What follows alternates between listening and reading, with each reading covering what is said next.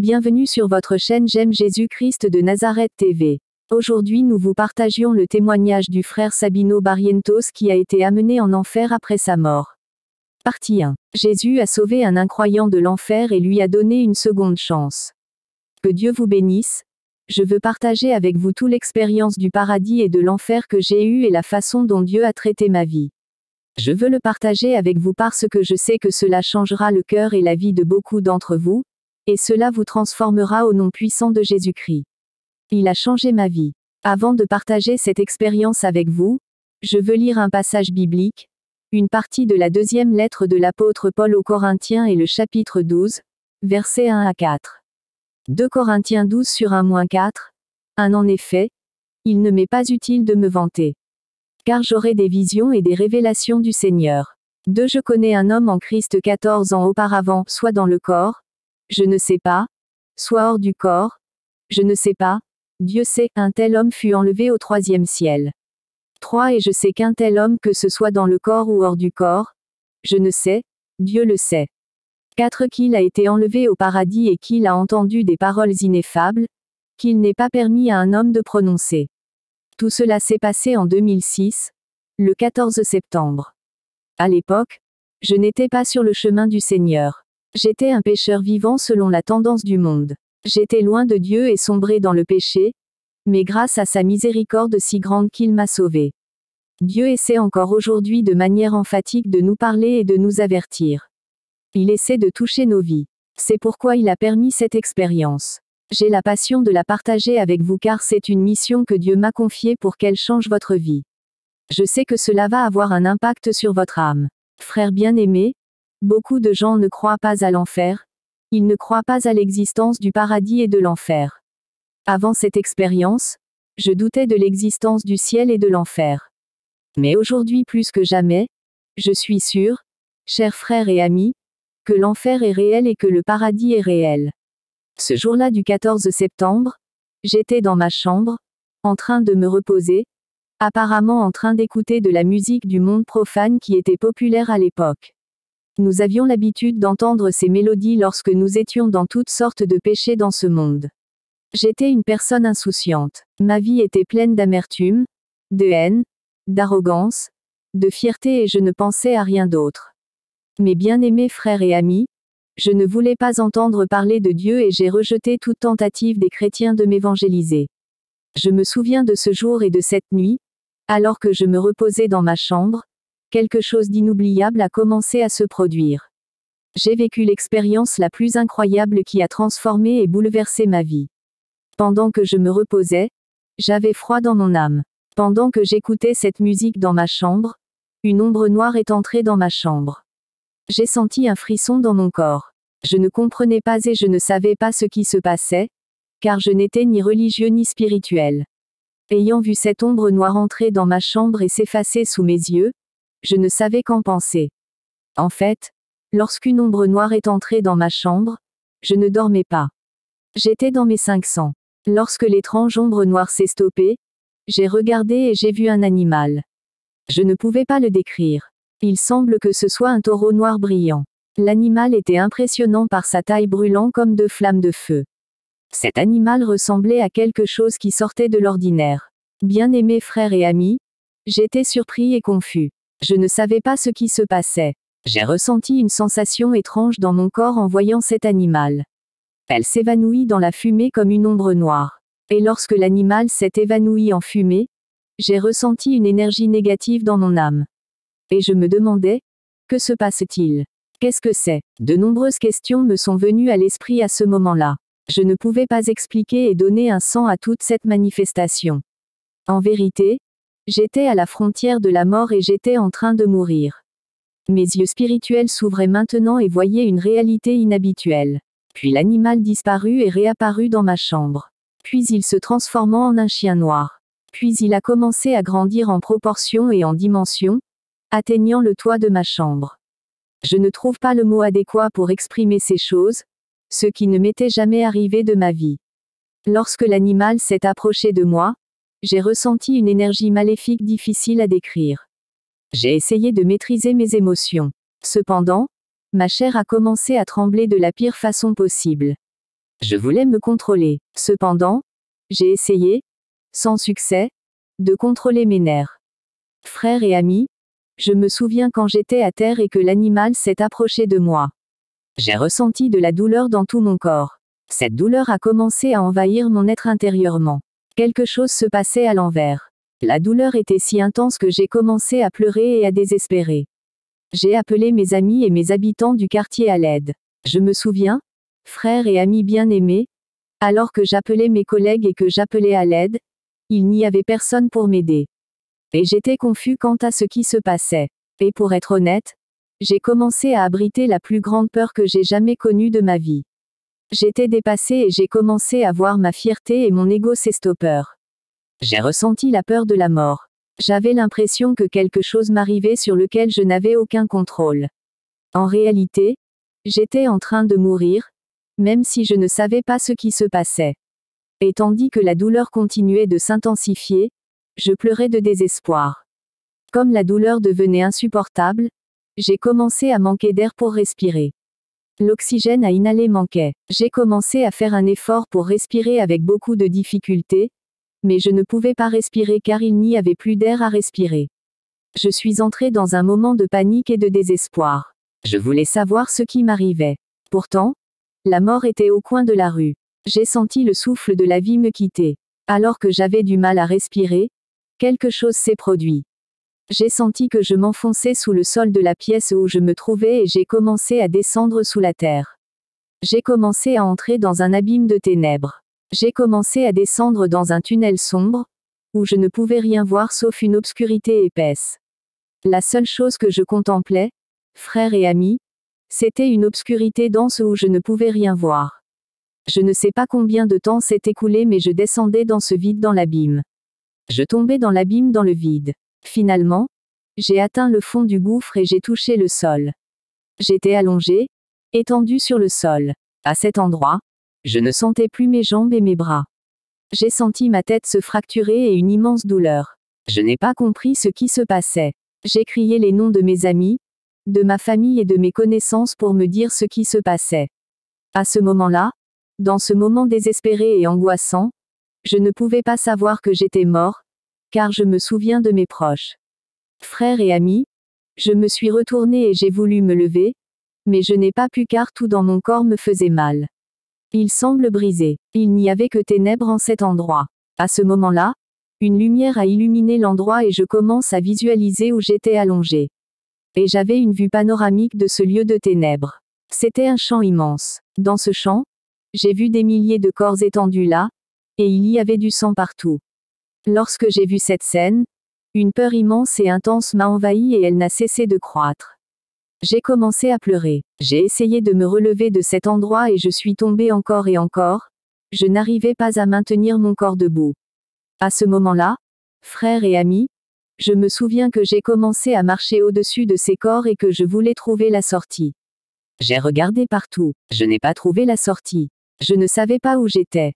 Puis, à une distance de 700 mètres, j'ai vu une immense arche. Quand j'ai regardé, j'ai vu qu'il y avait une sorte de portail gigantesque à une distance relative. J'ai dit dans mon cœur, ce doit être une sortie de cet endroit. Je dois y arriver pour sortir d'ici. J'étais désespéré. Puis frères et amis, au milieu de la nervosité et de la peur, j'ai commencé à marcher sur les corps. Je ne voulais pas marcher sur les cadavres, mais il n'y avait pas de place à cet endroit pour mettre le pied. J'avançais jusqu'à atteindre l'arc que je voyais au loin.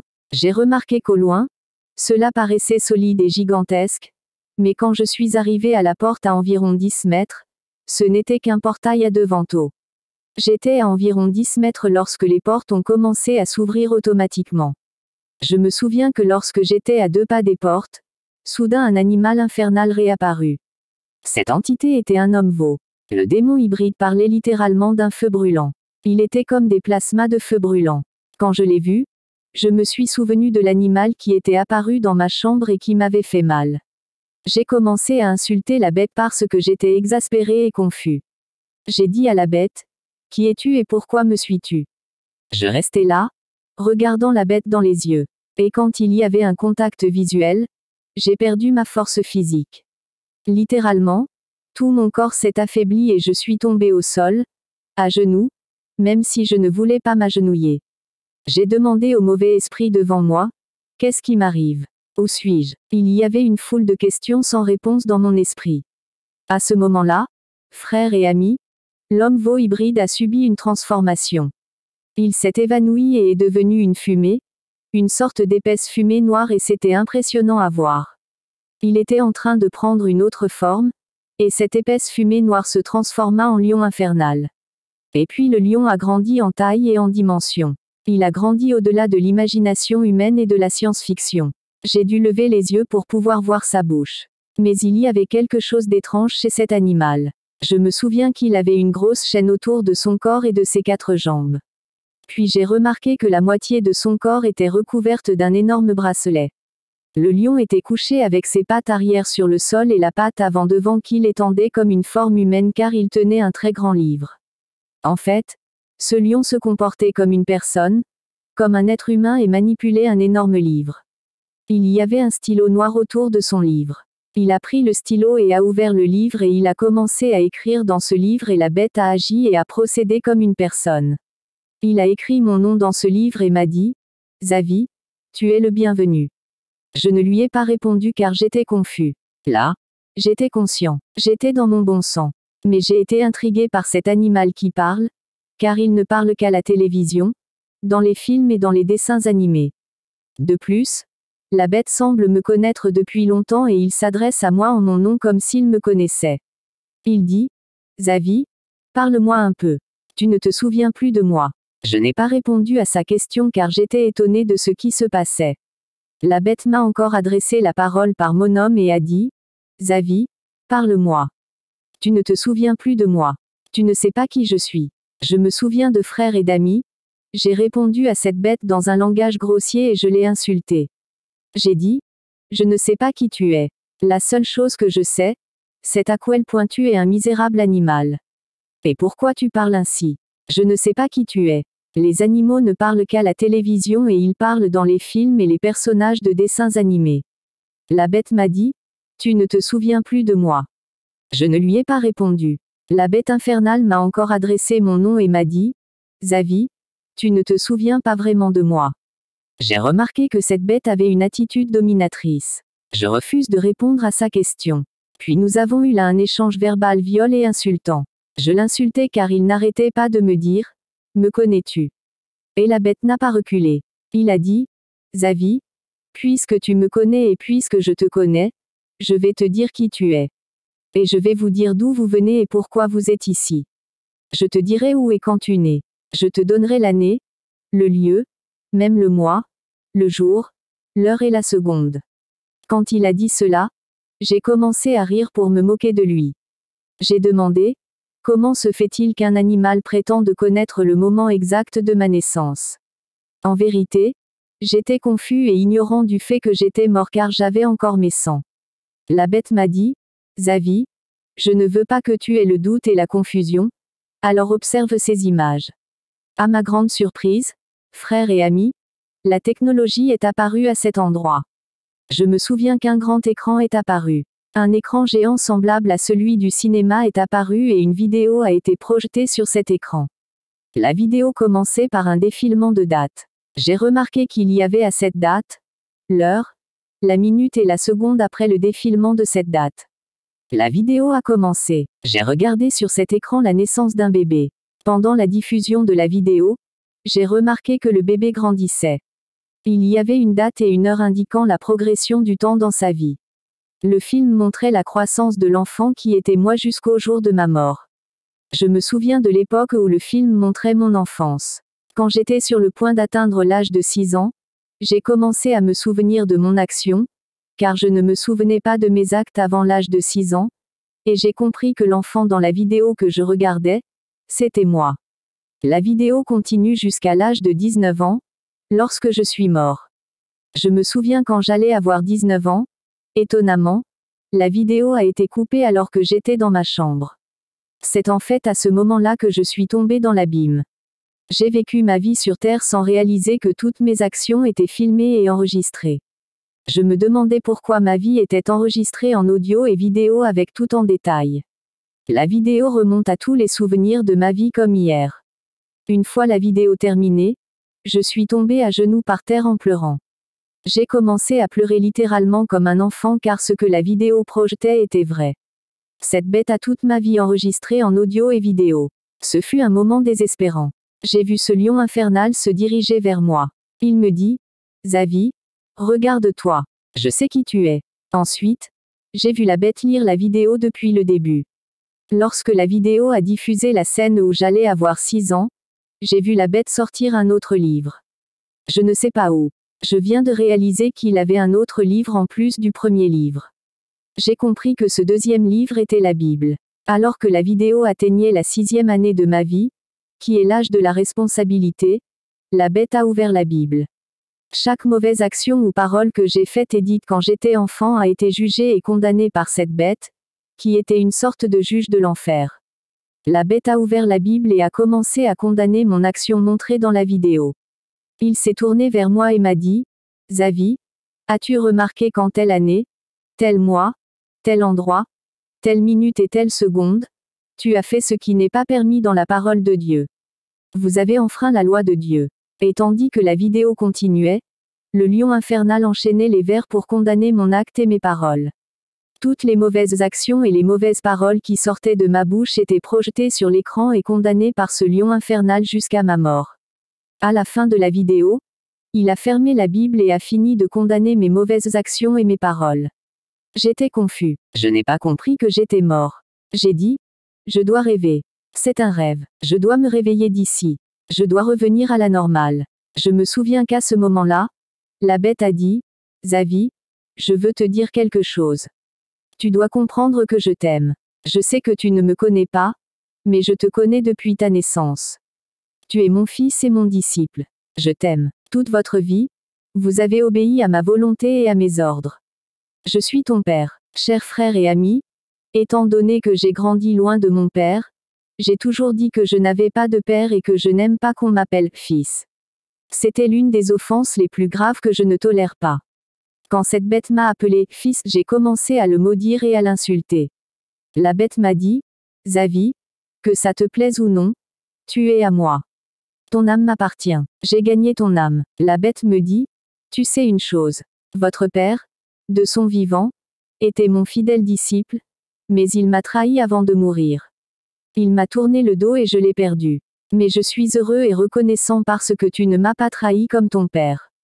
Tu es mon fidèle serviteur jusqu'à la mort, et tu as fait ma volonté toute ta vie. Je n'ai pas réussi à gagner l'âme de ton père qui m'a tourné le dos par trahison. Néanmoins, j'ai conquis ton âme. En fait, mon père avait pratiqué le satanisme et l'occultisme dans sa vie. Mais avant de mourir, il a quitté ce monde d'occultisme et est venu à Jésus-Christ et il est mort à la manière de Jésus-Christ. Lorsque cette bête parlait de mon père, je me demandais qui était cet animal qui semble connaître même les détails de la vie de mon père. Finalement, la bête m'a dit, Xavi, tu dois savoir que tu es mort. Et il y a des lois qui disent que personne ne peut revenir à la vie. Je violerais les lois de la mort si je laissais quelqu'un revenir à la vie. Xavi, tu es mort, et personne ici ne revient de car il est réservé aux hommes de mourir une seule fois, après cela vient le jugement. Quand j'ai entendu la bête parler ainsi, j'ai commencé à rire. J'ai dit, cet animal est fou. Je ne suis pas mort car je bouge, je regarde et je suis vivant. Je peux sentir, je pensais que j'étais vivant car j'avais mes sangs et ma mémoire avec moi. D'un autre côté, cet animal n'arrêtait pas de m'appeler fils. Je ne savais pas quoi faire pour me débarrasser de lui ou pour l'empêcher de m'appeler fils. Je cherchais un moyen de sortir d'ici. J'étais tellement frustré que je me suis retrouvé à l'insulteur, mais il n'a pas renoncé à m'appeler fils. Je me souviens de ce moment où une pensée m'est venue à l'esprit. J'ai pensé dire à cette bête que Dieu est mon père, pas lui. Frères et amis, lorsque j'ai envisagé cette option, j'ai immédiatement dit à la bête, vous continuez à m'appeler fils, vous n'êtes pas mon père. Je ne suis pas un animal. Vous devez savoir que le nom de mon père est Jésus-Christ de Nazareth qui est mort sur l'arbre, pas vous. Quand j'ai prononcé le nom de Jésus-Christ, cette bête est devenue tellement enragée. Il a commencé à maudire et à blasphémer le nom de Dieu et à insulter les chrétiens. Jamais de ma vie je n'avais entendu de telle expression de haine sur terre. Cet animal infernal insultait et maudissait Dieu et son Fils de telle manière que je me demande qui est cette bête. Il était tellement en colère contre le Seigneur Jésus-Christ. J'ai dit, comment as-tu pu insulter Dieu de cette façon? J'ai aussi commencé à lui dire des mots grossiers. Pourtant, la bête était si folle qu'elle m'a ignoré. Il n'arrêtait pas d'insulter et de maudire le Dieu du ciel et de maudire son Fils. Il m'a dit, Zavi, étant donné que tu as été mon fidèle disciple jusqu'à la mort, j'ai préparé un cadeau spécial en ce lieu pour tous mes enfants et disciples. Immédiatement, la bête me dit, je ne vais pas perdre mon temps avec toi Zavi. Vous devez recevoir votre récompense car la Bible dit que même un verre d'eau froide n'est pas sans récompense. La bête a crié dans cet abîme et a dit, qu'ils reçoivent ses récompenses. Frères et amis, à ce moment-là, j'ai vu apparaître un groupe de 12 à 15 êtres. Je n'ai jamais vu ces créatures de toute ma vie. Je ne sais pas d'où ils viennent. J'ai regardé ces êtres étranges se rassembler vers moi. Ils marchaient comme des démons. Leur hauteur était d'un demi-mètre. Ils étaient horriblement effrayants. J'ai vu un autre groupe de bêtes hybrides venir avec eux. C'était un groupe d'animaux, de démons. Ils étaient différents des chiens démons. Aujourd'hui, j'ai compris ce que les gens appellent les démons, qui est le bon mot pour décrire ces animaux venus me chercher. Lorsqu'ils sont venus m'attraper, j'ai commencé à me défendre. Frères et amis, je me souviens quand ils sont venus m'attraper, je me suis battu et je me suis défendu à coups de pied. 5 de ces horribles démons se sont jetés sur moi pour me maîtriser. Je me suis battu avec eux. Je les ai frappés de toutes mes forces. Au fur et à mesure que le combat avançait, j'ai commencé à perdre mes forces. Je me suis battu avec ces êtres étranges et ces chiens démons jusqu'à ce que je commence à perdre espoir. J'ai demandé de l'aide et j'ai pleuré, impuissante. J'ai combattu ces démons à un point tel que j'étais épuisée car il n'y avait plus de force dans mon corps. Je ne pouvais plus me battre car mes forces s'épuisaient et je tombais au sol, affaibli. L'arrivée de l'ange de la mort à ce moment-là, j'ai entendu apparaître le personnage vêtu de noir. Je ne sais pas combien d'entre vous ont déjà regardé des sectes sataniques à la télé, le genre de vêtements qu'elles portent qui ressemble à une soutane noire. L'entité qui est apparue était habillée d'une sorte de chat noir. Je ne pouvais pas voir son visage. C'était sombre. Je n'ai jamais vu de ma vie ce genre d'être. Il y avait quelque chose d'étrange dans ce personnage. Il est devenu marchand et volant dans les airs et il s'est tenu dans les airs lorsqu'il a rejoint le lion infernal, les démons nains et les démons hybrides qui m'avaient maîtrisé. On m'a fait savoir que cette entité était l'ange de la mort, la personnification de la mort. J'étais émerveillée et j'avais une question. J'ai compris à travers la parole que la mort est un démon, un ange déchu, car le dernier ennemi à détruire sera la mort. J'étais déjà sans force et les nains et les démons hybrides m'ont attrapé. Et ils m'emmenaient, je ne sais où. Ils m'entraînaient dans cet abîme de ténèbres. Finalement, j'ai vu un océan comme une mer de feu, qui ressemble à du métal chauffé à haute température comme de l'acier en fusion. L'océan de lave qui ressemble à de l'acier liquide en fusion bouillonnait constamment. Ce métal liquide produit quelque chose d'horrible et d'effrayant. Je ne peux pas l'expliquer spécifiquement. Ce que j'ai vu du dessus de la mer de feu ressemble à des vagues constamment en ébullition et produisant une explosion. Ces vagues étaient si grosses qu'elles atteignaient 15 à 20 mètres de haut, ce qui sort de l'ordinaire. Il n'y a aucune explication que la science puisse donner à ce phénomène de mer de lave brûlante et bouillonnante. Je regardais avec étonnement et émerveillement et j'avais peur. Je me sentais impuissant à cet endroit. J'ai vu ces chiens et démons hybrides dont la personnification de la mort m'entraînait vers la mer de lave bouillante et bouillonnante. Je savais qu'ils allaient me jeter dans la mer de lave. Ils dirent, Zavi, ceci est ta récompense. Ceci est votre cadeau. Vous en profiterez pour l'éternité. Lorsqu'ils ont prononcé ces mots, frères et amis, j'ai été déconcerté, perplexe, perplexite confus. J'ai été déséquilibré et désorienté. J'ai dit, cela ne peut pas être vrai.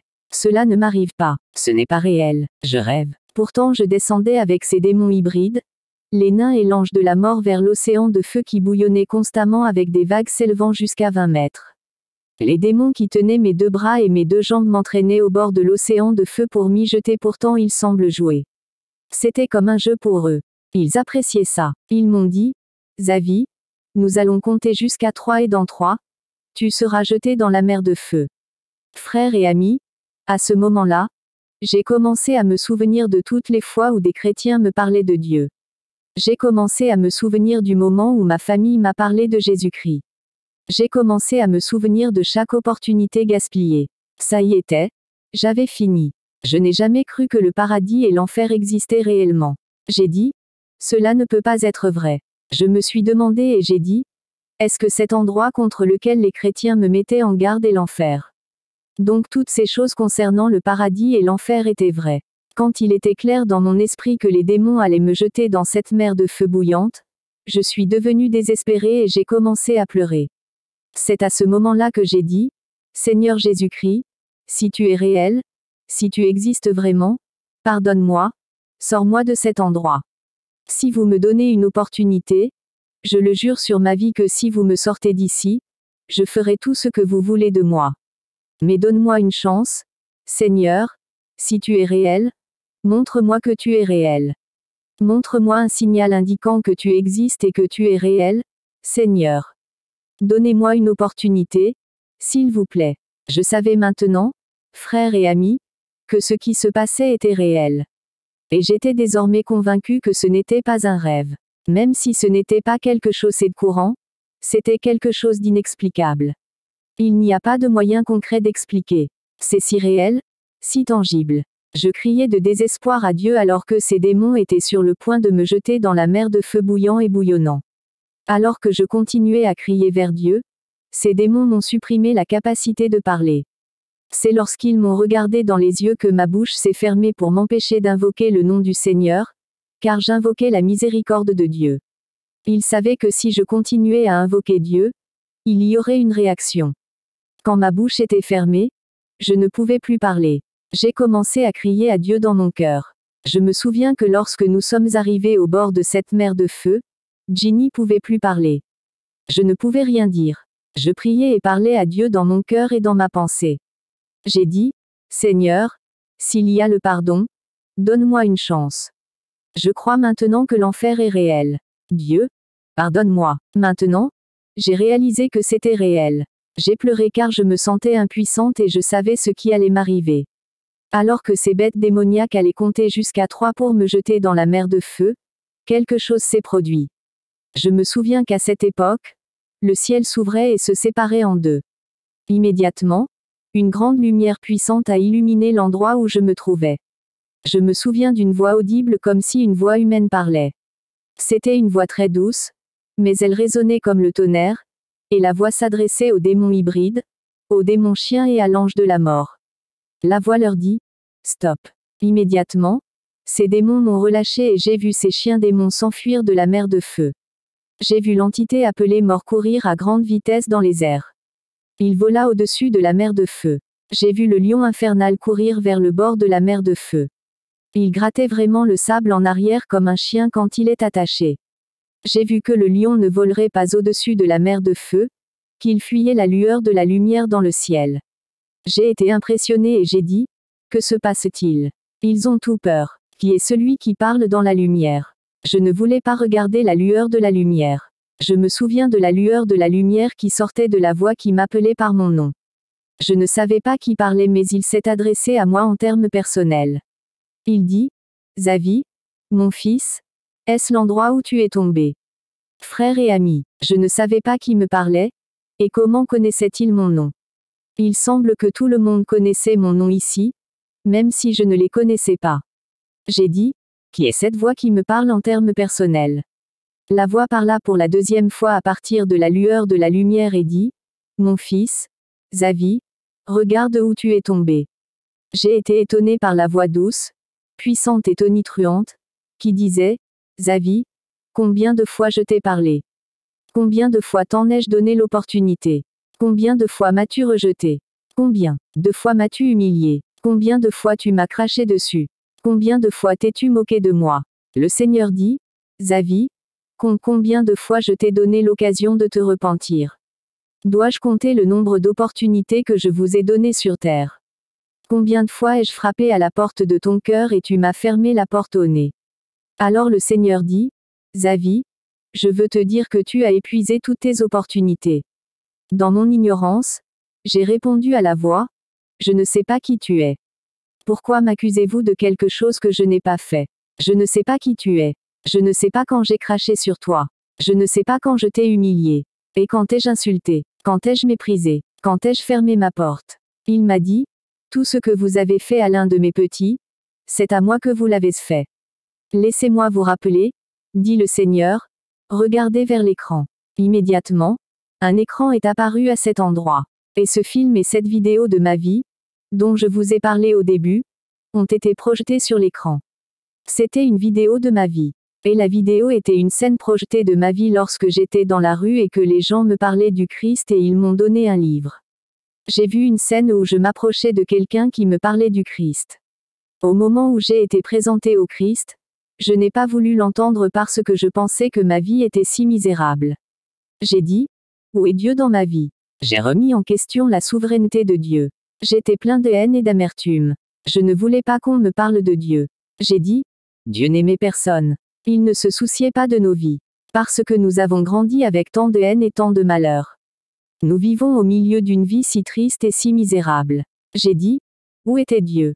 J'ai remis en question la souveraineté de Dieu à cette époque. À ce moment-là, la voix du Seigneur dit, Zavi, je ne suis pas là pour t'aider.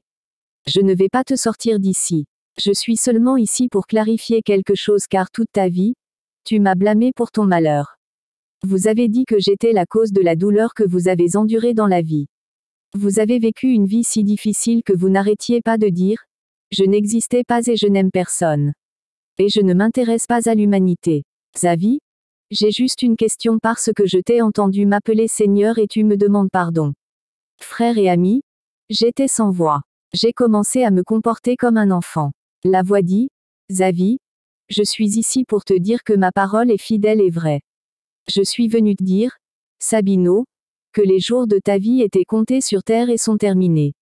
Et je veux que tu saches, Zavi, que ce n'est ni un rêve ni une révélation. Je veux que vous sachiez que vous êtes mort car les jours de votre vie sur terre sont terminés. Il n'y a pas d'espoir. Il n'y a plus de pardon à demander. Frères et amis, en écoutant ces paroles, j'ai eu l'impression qu'un poignard me transperçait le cœur, j'ai réalisé la gravité de la situation. Je savais maintenant que j'étais mort et j'étais confronté à la réalité de ma situation. Frères et amis, j'ai commencé à ressentir des remords et la gravité du feu de l'enfer. Il n'y a pas de paix. Il n'y a aucune tranquillité dans cet endroit. J'ai commencé à maudire le jour où on m'a présenté l'évangile et je l'ai rejeté. Le jour où j'ai eu l'opportunité de venir au Christ. J'ai commencé à voir à quel point je suis un homme misérable. Après avoir entendu l'évangile, je me retrouve dans cet endroit misérable et après avoir eu l'occasion d'accepter le Seigneur, j'ai atterri dans cet endroit. J'ai blâmé mes amis. J'ai dit, ces infidèles ne vont pas au-delà de ce que les gens pensent et au-delà des sangs humains. Ils m'ont induit en erreur.